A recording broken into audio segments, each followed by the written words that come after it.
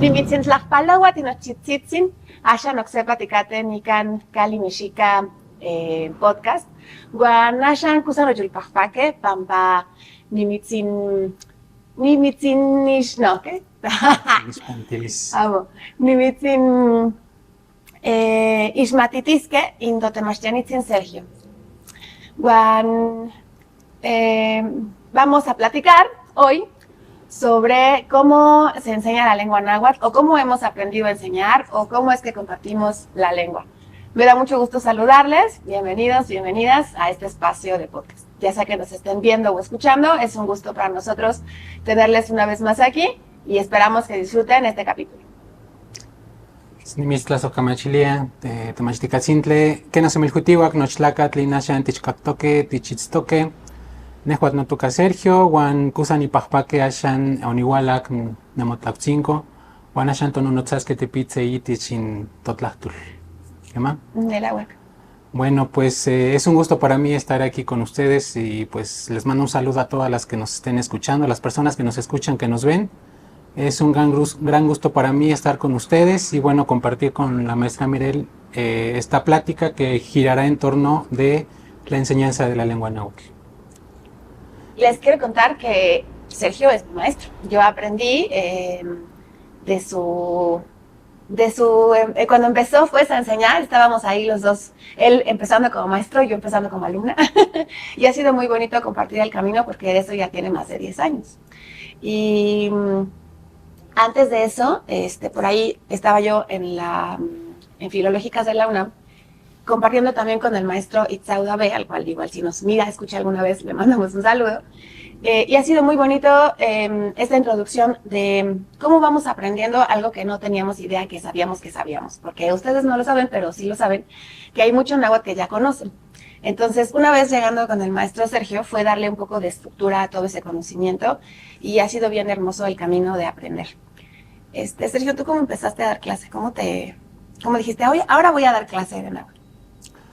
Bueno, primero la inquietud fue porque cuando llegué a la ciudad tuve un choque cultural bastante fuerte aquí con las personas de la ciudad y eso me llevó a preguntarme pues quién soy, de dónde vengo. Eso sucedió como a los 14 años y después la vida me fue llevando primero a estudiar antropología, luego a estudiar lingüística y pues poco a poco me fue llevando ya hacia la enseñanza del náhuatl. Aparentemente es un ejercicio sencillo porque dices, bueno, soy hablante, pues lo puedo enseñar, pero justamente el empezar a hacer este trabajo de enseñar, también ese proceso te va enseñando que no es tan sencillo, ¿no? La enseñanza, o sea, una cosa es hablarlo y otra cosa es enseñarlo. Entonces, pues este tránsito con ustedes, con muchos otras personas, alumnos, maestros, pues hemos ido construyendo este camino que apenas empieza a tomar forma, que es la enseñanza de una lengua, que no es una lengua occidental, no es una lengua mayoritaria, es una lengua, pues, muchos le llaman indígena, le llamamos originaria, o le llamamos masehualcopa, como sea que le llamemos. La forma de enseñar una lengua, pues, que no es occidental o no es mayoritaria, pues sí implica una serie de retos, ¿no? Entonces creo que la mayoría de los maestros y también los alumnos creo que hemos ido aprendiendo mucho de este proceso de enseñanza-aprendizaje en el camino, ¿no? Pues bueno, yo siento que la vida misma te va llevando a esto, ¿no? Pues el cómo cuando tú tratas de transmitir también te cuestionas mucho tanto qué tanto sabes, también como si realmente puedes como transmitirlo, enseñarlo y que las otras personas también sean usuarias de la lengua, ¿no? Entonces, bueno, es un camino bastante hermoso, bastante bonito y pues bueno, creo que lo hemos ido construyendo entre todos. ¿Y tú por qué decidiste en algún momento de tu vida estudiar y luego comenzar a dar clases? Yo porto un nombre, mi padre me lo escogió, me llamo Mirel Yolotzin y me lo pusieron desde niña. Me costó mucho trabajo asumir esa identidad porque nunca faltaba el gracioso que hacían un chiste tonto o no lo pronunciaban bien o en casa a lo mejor como era el nombre con el que me regañaban, ¿no? En lo público era Mirel y en el regaño o en la burla era Yolotzin. Entonces me costó mucho trabajo asumirlo. Cuando llegué a cierta edad, un día estaba convencidísima de que iba a aprender francés y ya me había ido a investigar, ya me iba a meter al CELE y estaba yo investigando los horarios y tal. Y un día alguien me dijo, oye, van a dar un curso de introducción al náhuatl en filológicas, no te gustaría entrar? Y yo tenía oportunidad de pedir una beca. Y dije, sí, aventé el cuaderno de francés y me fui a estudiar a filológicas y me encantó. Porque llegó un momento en que había una sensación en mí de no estar aprendiendo, sino recordando. Y fue muy fácil. Bueno, fácil entre comillas, porque también algo que sucede mucho, y no sé si te pase a ti, es que hay mucha gente que entra a aprender náhuatl pensando que lo va a aprender en 5 clases. Y que ya va a salir así, ya tomé mi taller de náhuatl y ya lo sé hablar. Y es un idioma. O sea, hay que aprender a configurar el mundo de otra forma y nombrarlo, entenderlo. Y como decías, no es un idioma occidental, entonces hay cosas que no se parecen y hay fórmulas que no existen, ¿no? Igual a veces me preguntan, ¿y por qué se dice así? Porque se dice así, tú dilo así. Sí, claro. No, hay muchas cosas que no tienen por qué, ¿no? Porque pues tendríamos que ir a preguntarles a los que la construyeron, a los que la pensaron, pero lo fácil me refiero a que fue muy divertido, fue muy intuitivo y me gustó mucho. Después llegué ahí contigo y ya como que agarró estructura y dije, claro, sí, me encanta. Y empecé a dar clase porque en el grupo me empujaron a decir, bueno, tú regulariza a los que no han venido. Porque yo era la que ponía atención y la que tenía los apuntes en limpio y la que estaba tomando bien la nota. Y entonces era como de, llegó uno nuevo, que YOLO lo es. Bueno, ahí empecé a hacer YOLO también. Y entonces volví a hacer YOLOTZIN, me asumí YOLOTZIN y fue como emparejarlo. Y ahora donde quiera me presento como Mirel YOLOTZIN, porque sí es cierto que son como 2 identidades que ahora es una sola. Entonces me empezaron, pues no obligar, pero sí como empujar, así de Mirel YOLO que él ponga al corriente a los demás compañeros. Y así fue como empecé a enseñar. Primero porque lo tenía fresco de haberlo aprendido y luego como pasado. Pero después, como bien dices, generar recursos, ejemplos, material, porque igual no encontraba yo mucho, o que tuviera que ver con la variante que estábamos aprendiendo, generar dibujos, ilustraciones, ejemplos, ejercicios, para explicar lo que se supone que yo ya sabía. Y es así como fui teniendo primero en el grupo a los que regularizaba, después tuve mi propio grupo y ahí empecé a enseñar. Fue como, me encaminaron así y ya me dejaron ahí. Okay. Y me ha gustado. Bueno, una de las cosas bien interesantes que mencionas es justamente estas ideas preconcebidas que tenemos de lo que es aprender una lengua, ¿no? En este caso, pues aprender náhuatl no es igual que aprender cualquier otra lengua, pero creo que todas y todos, maestros y alumnos, llegamos con ideas preconcebidas, ¿no? Acerca de lo que es aprender náhuatl, en este caso. Muchos alumnos, por ejemplo, llegan mucho con esta idea de, pues voy a llegar a aprender, pues sí, filosofía, un montón de cosas exóticas y demás. O muchos alumnos, digo, sí hay esa parte, pero no lo vas a aprender en las primeras semanas, ¿no? Y como que llegan mucho preguntando por eso antes de cualquier cosa. O también llegan preguntando cómo se dice tal cosa y cómo se dice tal cosa, ¿no? Como si hubiera equivalentes exactos entre las dos lenguas. Y no es así, ¿no? Y también los maestros creo que también tenemos una especie como de ideas preconcebidas cuando estamos empezando a dar clases, ¿no? Y es ahí creo que un ejercicio muy interesante el preguntarnos o el hacernos estas preguntas, ¿no? O sea, ¿cuáles son esas ideas preconcebidas que tanto nos pueden ayudar, pero también nos pueden bloquear, ¿no? Porque muchos maestros tenemos algunas prácticas de cómo se enseñan, en este caso el inglés o algunas otras lenguas, y queremos aplicar esa metodología, esa forma de enseñar a una lengua como el náhuatl, ¿no? Entonces, de repente, ya ha pasado el tiempo, nos damos cuenta que pues esa metodología o esas formas de enseñanza pues no son exactas, no dan buenos resultados, ¿no? Entonces, como que es en ese momento en cuanto hay que regresar como a revisar cuáles son estas estrategias, métodos, enfoques, ¿no? De cómo enseñar la lengua. Entonces, no sé si usted tuvo alguna vez algún preguntarte esto, ¿no? De cuál es mi percepción de cómo enseñar una lengua como maestra. Fíjate que cada grupo también marca su ritmo. Y esto que dices es bien cierto. Te llegan preguntando como cosas que quieren saber con respecto a la cultura. Pero el náhuatl no es un solo pueblo, son un montón. Y es una manera cada uno tiene también sus propias formas, costumbres, tradiciones, y aunque lo enseñemos, e incluso como hablantes, pues no las conoces todas. Entonces es ir como también siendo puente, ¿no? Pues mira, no lo sé, pero puedes acercarte a tal persona o a tal maestro o a tal fuente, ¿no? Para que amplíes tu duda. Pero creo que algo que a mí me ha funcionado es jugar, como enseñarles canciones o juegos o cosas que de pronto se vayan rápidamente a lo práctico y que les permita decir, sí sé más de lo que pensaba. Que al rato dicen, pues yo no sé nada, pero me sé tararear una canción y la sepan completa y la sepan bien, como que aunque sea una clase o dos o tres las que logre su voluntad permanecer en el grupo, se vayan contentos de haber aprendido, ¿no? Algo concreto. Eso por un lado. Y por otro es, pues, contagiarles este gusto de saber nombrar, ¿no? De otra forma el mundo, porque si bien la vida se acelera y de pronto no, también creo que les cuesta trabajo sentarse y concentrarse en aprender otra cosa. Entonces es como de rápido, ya lo quiero saber, rápido, ya lo quiero aprender, rápido, ya lo quiero ocupar. No, no es tan rápido. Sí, sí, pasas la tarea, pones atención, tenemos más sesiones, ¿no? Te vienes a vivir acá, pero la gente tampoco de pronto no le dedica tanta energía ni tiempo. Y cada grupo va marcando sus formas.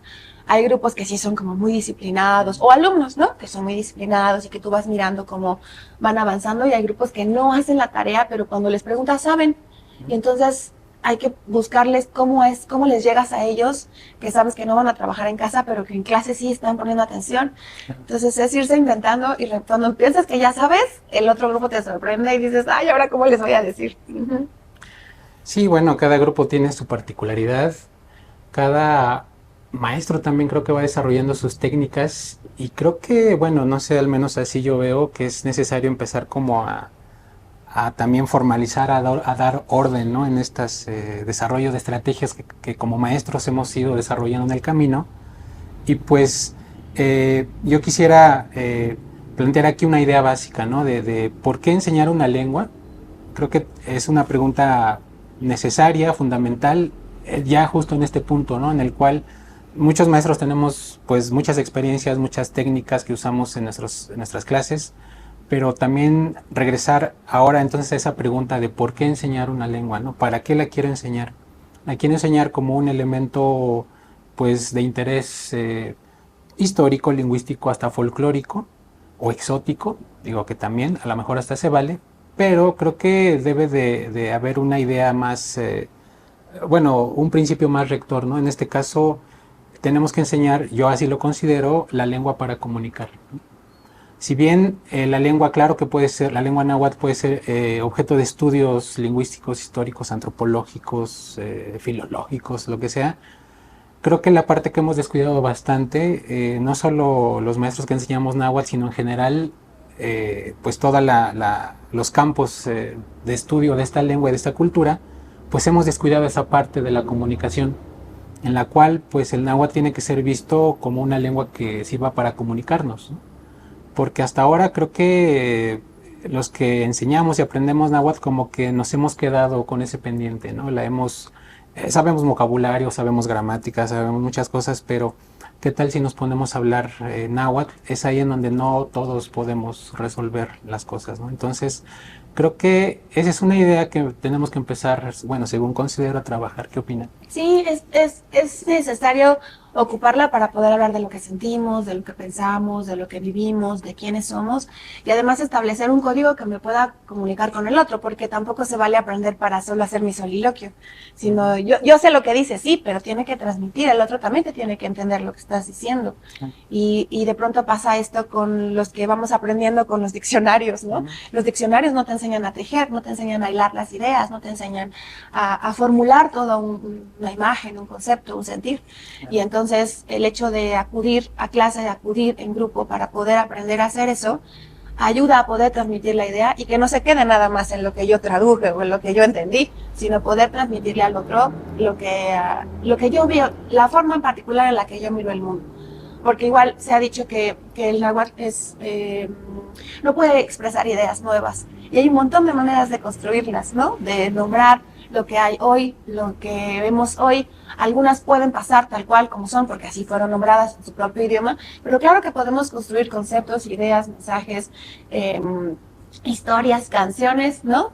Desde esta lengua hermosa y que funcione para eso, ¿no? Porque si no se va a quedar solo mirando el pasado, solo mirando lo que ya sucedió, o solo traduciendo lo ya escrito. Y es importante hacer producción de cosas nuevas también para los que vienen, porque igual, así como nosotros nos tocó ir a buscar de dónde sacamos ejemplos, pues ahora ya podemos generarlos y decir, miren, y este cuento lo hicimos en tal clase, y esta historia o esta canción o este poema, o, ¿no? Esta imagen, ahí está.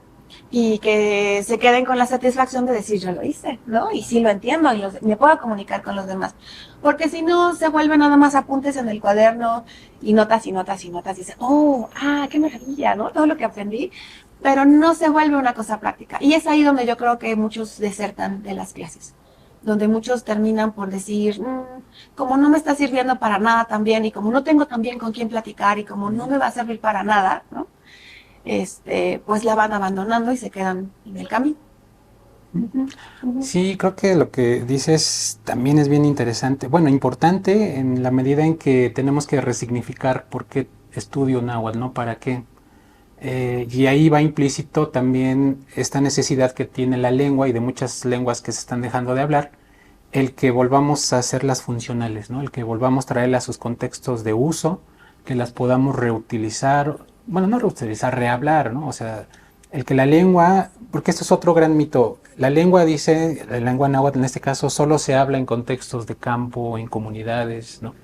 Cuando creo que el náhuatl, si es considerado como tal y está vivo, como tú dices, puede hablar de cualquier cosa, de cualquier cosa. Claro, desde su perspectiva, desde su cosmovisión, desde sus conocimientos, sus saberes, pero en teoría podemos hablar de cualquier cosa, ¿no? Entonces, las personas que vivimos en la ciudad, claro que podemos hablar de la ciudad, ¿no? O sea, a veces ahí en las clases jugando, pues hablamos de que en la ciudad estamos generando una variante, ¿no? Que es una variante de la ciudad para la ciudad, porque también necesitamos que la lengua se actualice, ¿no? En esos ámbitos. Entonces, por eso es bien importante hablarla, ¿no? Y hace rato hablabas de cómo, pues la lengua náhuatl también tiene su propia cosmovisión, ¿no? Y entonces, el estudiar una lengua para hablarla, también te permite accesar a eso, pero ya desde el plano, digamos, de la cosmovisión, de la visión, de la forma de entender propia de la lengua, ¿no? Y es ahí donde te vas dando cuenta que hay otro mundo enorme de mucho conocimiento, muchos saberes que pues desconocemos y que cuando vamos estudiando, nos vamos enterando, la vamos usando, decimos, wow, ¿no? Cuánto conocimiento hay en esta lengua, ¿no? Digo rápidamente quizá, todos los sentidos y connotaciones que tiene el verbo mati, ¿no? Que muchos, si uno busca en el diccionario, pues dice ahí saber, ¿no? Saber conocer. Pero bueno, mati, sus alcances van más allá, ¿no? De los ejercicios, digamos, cognitivos e intelectuales. Mati tiene que ver ya con toda la experiencia de las personas, con su entorno, ¿no? Mati puede significar sentir, probar, oler, percibir, ¿no? Entonces, cuando hablas la lengua te vas dando cuenta que esta lengua es contextual, ¿no? Entonces tenemos que hablarla, tenemos que usarla para comunicarnos y ahí vamos a ir aprendiendo también todas estas connotaciones, sentidos e incluso conocimientos muy profundos. Lo hemos comentado igual también por ahí en clase, a veces habrá quienes no terminen hablando la lengua por práctica, porque no encuentran dónde, porque lo que sea, pero sí se van con esta información y empiezan a nombrar en español este conocimiento y este sentir, percibir las cosas de manera diferente y a relacionarse con el entorno de manera diferente a través de este conocimiento, que no es el que venían buscando como de, ¿y entonces qué significa la energía de tal? No, la misma lengua tiene este saber, la misma lengua lo comparte cuando vamos entendiendo qué es lo que está realmente diciendo o cómo se quedan cortas las traducciones, ¿no? Aprender que no podemos traducir tampoco así tal cual, ¿no? A veces traducimos primero a Macehualcopa y después otra vez a español para poder más o menos alcanzar la idea de lo que se quiso decir, porque dice mucho más, o lo mira desde otro lugar, desde otro punto. Y entonces, por eso es bien rico aprender y también después preguntar y después también enseñar, porque vas llenándote pues de esta otra forma de mirar, ¿no? Que sí se va permeando en tu relación con las otras personas, con el mundo, con lo que comes, con lo que preguntas, con cómo te comunicas, con cómo transmites las ideas, aunque no sean más igual, ¿no? Porque sí te va cambiando algo adentro cuando vas entendiendo esto. Claro, el hablar una lengua y con ella comunicarse, como dices, abre otro lugar desde el cual podemos verdaderamente entender lo que nos rodea desde otro punto de vista. Y no solo hablarlo y decirlo en español, ¿no? Sino poder entenderlo, comprenderlo y dialogar también desde el náhuatl.